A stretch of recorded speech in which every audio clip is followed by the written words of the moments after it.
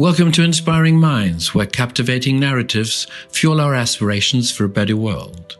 Join Anabel as she introduces extraordinary individuals whose stories motivate us to act for a world worth living in. Welcome, Karl. Welcome, Karl Fechner.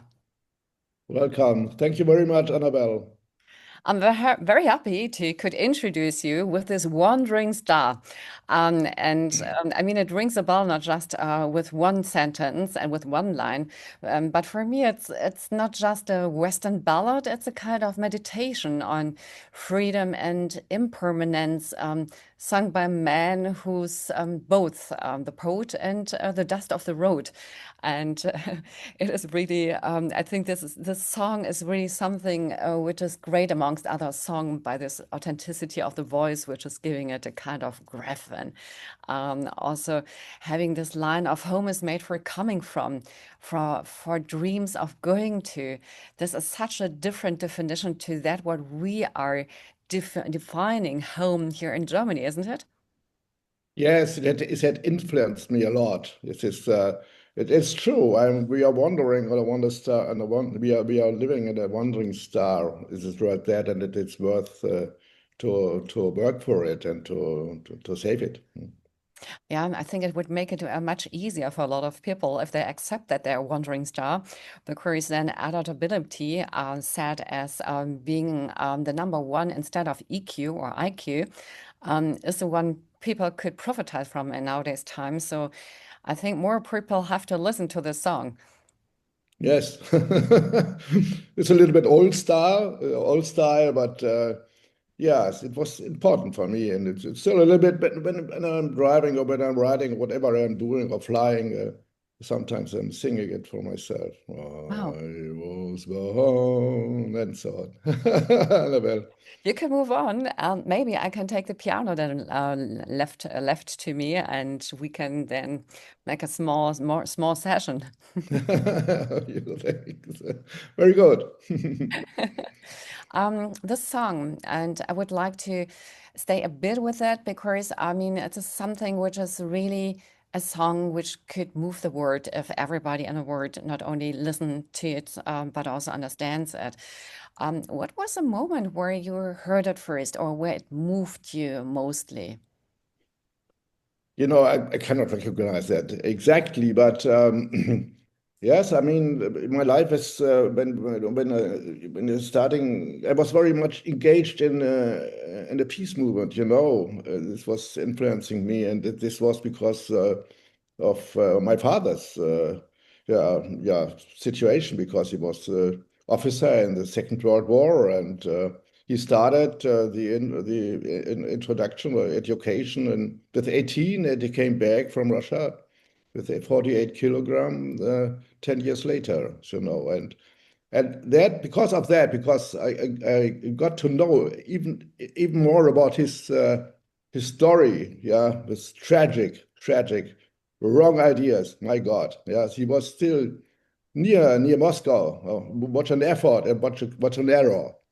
That's why I a lot of war and peace. Yeah. So and this was the time in my youth. I was not so much ecological engaged. I was engaged into the question war, why war, and what can we do for peace? And that's why I was part of the peace movement and all that. Mhm. Yeah. I mean, like you described, and thank you for taking us into your story and into your pictures. I think it's very moving because if you are someone who is fighting for peace and has to understand what is happening in the heads of the people, that they don't understand that war has no future. Peace is the future if we want to save not only our ecosystem but also us.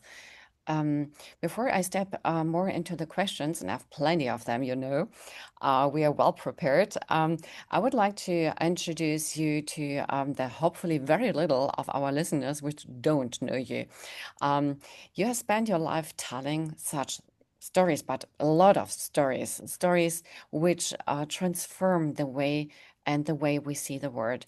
You are an educator turned filmmaker, an idealist turned global change maker, and you inspired millions through cinema, campaigns, and courageous conversations about what a lovable future can look like. From the fourth revolution to climate warriors, and now the story of a new world, your films don't simply predict the future, they help build it. With every scene, every dialogue, every image, you invite us to ask, what if change is already happening? And we are ones to continue it, and we are ones who are asked by somebody or something bigger, that we are not just waiting, but active part of this. So today we look a little bit behind the camera.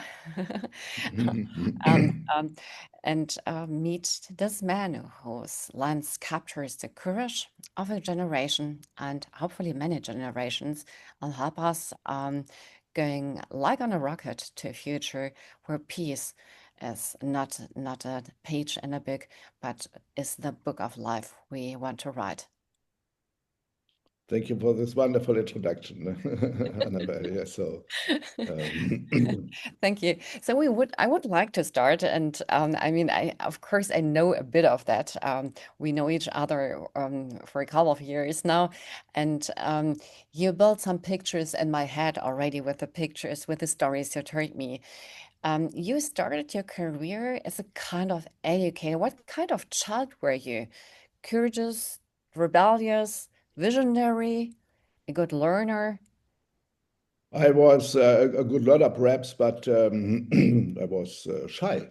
Was very shy. I always got red in the skin and the face, and yeah, I mean, I'm my house where I grew up was, let's say, it was a correct family. Yeah? My father's background, I told you. Mm-hmm. They were refugees, by the way. They came from no, it's Poland, and yeah,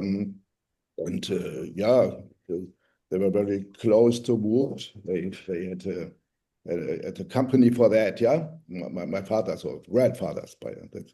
So what I was interested to theater is very important. Yeah, I was when I was 17, 18. I was nearly living in the city, in the town's theater in Celle, where I grew up in Hanover, near Hanover. I lived there nearly. Yeah, yeah, it was very important for me, and I was on stage too and all that. And what I learned there is I fall in love with an actor. Yeah, and she was lying. And she said I'm lying on the stage, and yeah, what a tragic. I didn't want to do that, so I stopped to become an actor. I said, let's say, I would like to become a director or somebody who is leading, who is, let's say, really, yeah, um, yeah, influencing the reality of my background. Mm-hmm. That's interesting. And I mean, you are, as I feel you, as I get you, you are somebody who has been always very engaged in things. So the things you do, you're not doing just for making money. I mean, that comes really last. Of course, you need money for producing everything, but the goal of the things you do is to change the world for the better. And you choose the right instruments, the right protagonist. You put the recipe together for trying to influence the people into the right direction. Was there a specific moment in your childhood, maybe a situation you can remember, that first made you aware of this injustice of the environment, and that these things happen and you would like to change? Yeah, I was focused on peace and war, but and regarding the environment, I was yeah. I was part, let's say, the fight against the big fire, wood fire, yes. And we were 13, 14 years old, and this was because of drought. I speak about the situation which is in the 60s. Yeah, so And so that was the first time that everybody spoke about it. It was because of the drought, because of climate change, as we speak this is 50 years ago, or 60 years ago. So yes, but no, the main part, this is very important to know if you speak about the first part of my life, is this war and peace subject. And that's why I decided to go to the army, to fight for, let's say, ideals, fight for peace in a way which is just totally different than from my father's. And I did a career there. Very many people don't recognize that. I was combat fighter and all that. I did a parachutist and all that. Yeah. If you think if you think back to this time where you were at the military, full also of ideal to change the world also there for the better, which is great, I think, because going into the middle of the storm, going into the eye of the storm, and understand what's going on there, understand also the the game of war and peace, of politics and mechanisms. How did you feel there? Did you feel like, oh, I got now the power to change something? Was it more to Yeah. that you said, okay, I understand now the system, or what did it bring you looking back by maybe remembering a situation? Yeah,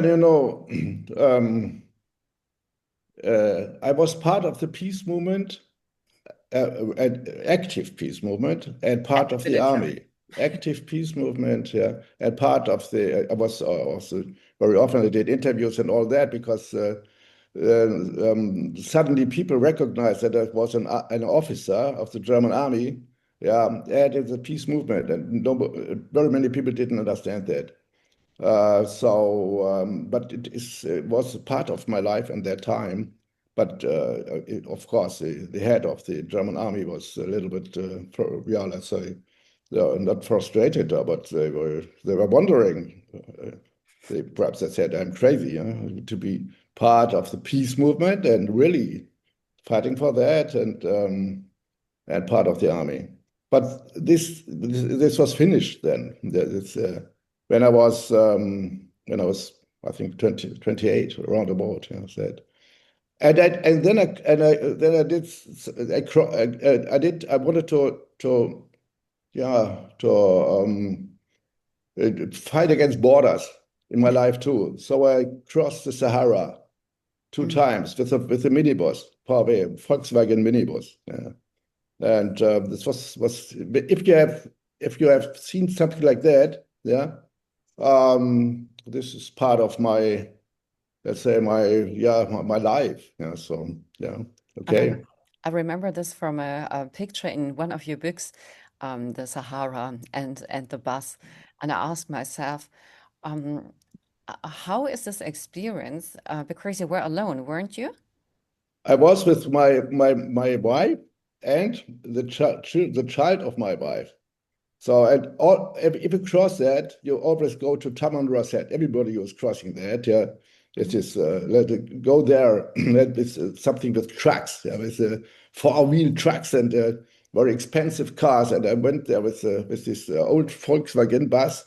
Yeah, with I think 250 liters of gasoline on the roof and 300 liters of water. And then we arrived there where everybody goes to, and the people were very, what is going, what, did you cross the Sahara where which for what we needed very expensive, cars like tanks. I was with my family.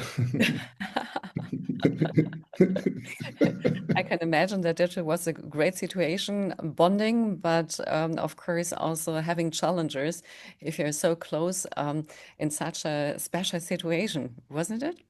Yes, and it was not only that. That's why I started to learn flying, and I always wanted to cross borders. So, Mhm. and that's part of that time. At that time, I did a lot of things like that. Yeah, How old was a child at the time? it was two times, 8 and then 11. Oh, And she wow. said this was the biggest, of course, till now, not these 48 or something. Yeah. No, she said this was the most important experience in her life, still now. Wow, this is Yeah. wonderful, Mhm. wonderful. Because Yeah. these experiences like this can form also your character or give you some Yes. idea on what world should be. Yeah, So, yes, that's anyway. That's why after this army part, I changed to try to change, yeah, to make to live for the world, for the education, for the environment. That mhm. was very important. I needed that before because I got to know for what I'm fighting for. Maybe we should send a few people just as Trump or Putin into the to the desert for some weeks to Yes, understand a bit better what life means. yes, that's right. Very nice. You're right. Mm.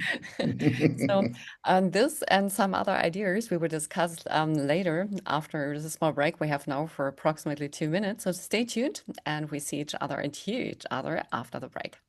We continue the talk with Carl Fechner, a visionary filmmaker and changemaker who tells stories that awaken hope, courage, and action for a sustainable human future. Carl, we already started before the break talking about your childhood, and as I was so fascinated, I asked you about also about your experience then you had in the desert, not your childhood, but where you were in the desert with a child in the age of 9 and 11 going through the Sahara twice. Really expressive. So you said that you are somebody who are breaking barriers, who are breaking walls again and again. And I imagine also, just to start now after here after the break, that we talked also, for example, about actions, activities you did, and you were involved just as Hambacher Forst. And for the ones who don't know what it is, it was a forest and a really a healthy forest, and they removed it for industry interests. And often things happen because of this. And you often ask yourself, do these people deciding this, do they have no kids? Do they have no contact to the nature, or what is, or is the idea for gaining profit so big and filling them that they don't feel anymore what's going on? Can you give me a piece of your idea about that? Being so involved in that and seeing also this people front where you stood on the other side, fighting for this, the forest to stay? Yes, Anabel, those are not devils. They are not devils. So those are people who have ideas, but wrong ideas. Of course, they are influenced by their idea to make a lot of money, and that's why very often the subject is about energy. And we speak about electricity. Yeah, so very often I speak about energy when I speak about, let's say, how we can solve that. Yeah. And that's why we have to control them. Yeah, the arguments they have is we need enough electricity and all that, and but this is over. We need, of course, we need energy, and we need even more energy. But this is proved that it can be let's say created by solar energy, totally by renewable energies, and that is why I'm so hopeful. Yeah, we have a solution. Yeah, but perhaps we as a movement or as journalists make as a mistake that we always communicate the problems. Yeah, it is a problem, of course. Yeah, we have the CO2 and we have this global warming and all that. Mhm. And but we give the, let's say, the visions we give to other people, nationalists or whatever. My vision is a world which is justice and which is, of course, driven by renewable energies, which means that it is lots of reasons around that. So yeah, and I can tell you, I was influenced. I was part of this 9th November 1989. Yeah, and that you speak about walls before. Yeah, this was a day where I filmed the first piece of the Berlin Wall, which was pulled up. Yeah, and I'm still near to cry when I report you when I tell you that this was and Anabel, there were people who worked for that for years and years and years. Yeah, so I was part of this is part of the peace movement too. Yeah, because we said we are not anymore enemies. And you know, afterward what's happened with Gorbachev and all that. Yeah, I filmed it. This was a big present in my life that I could do that. And that influenced me because I'm very hopeful. I'm optimist. I can tell you. And that's why I say let's people yeah, contact with visions which are clear, which are real. You're absolutely right. And you gave me goosebumps when I was remembering when you told me about this, that you filmed this breaking the wall. I remember that I was sitting on the television, what I rarely did at the time, and my father, because my father called me and said, "Look, what's happening here. Yeah, Uh, Take on your shoes. I will call the driver. We go to Berlin." yeah, And we just sat in the car. Not even 5 minutes later, we sat in the car just with that what we were wearing on, and just going there. I was wearing a pajama, I remember, because it was at a time where I, as a small girl, should be in bed already. And yeah, and then was staying with my house shoes and my pajama there in front of the wall, and I was just crying, overwhelmed of yeah, this can happen, because I never thought that that will happen, and it felt so un, un unnecessary, unpleasant, yeah, so it was hard against the people for me, that I was so happy that this could happen, staying next to the crying palace, the palace of tears in Berlin, where the people were limited beforehand, families, if they wanted to seeing us each other just yeah, for an hour or so. yeah. So you are a storyteller for change, and you have made some movies already. Um, do you have the feeling that you get enough feedback and the right feedback on this? But at least I mean, it's never enough. If you're doing working in mass media and all that, yeah. But we have, we have, I learned that there are many people who really changed something in their life, which is very important. Yeah, that perhaps you can influence people. That depends a little bit, and this is the next part of the story of your professionality too. Yeah, we create very impressive pictures. Yeah, and the subject of our films is more and more is human beings, are people who are on the way to change.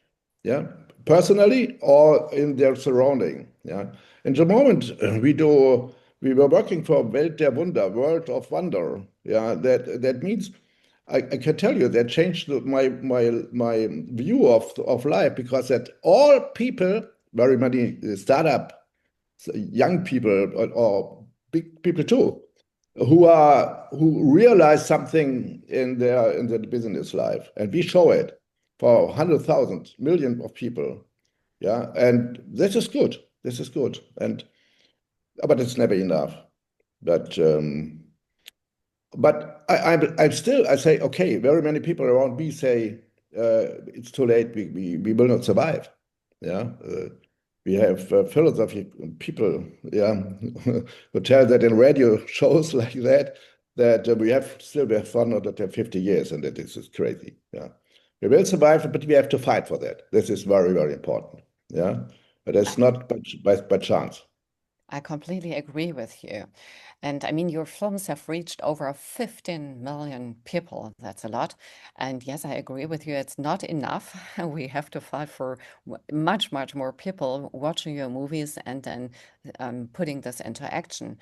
Do you want to share maybe one of the reactions of people on one of your movies which touched you the most? Touched me the most.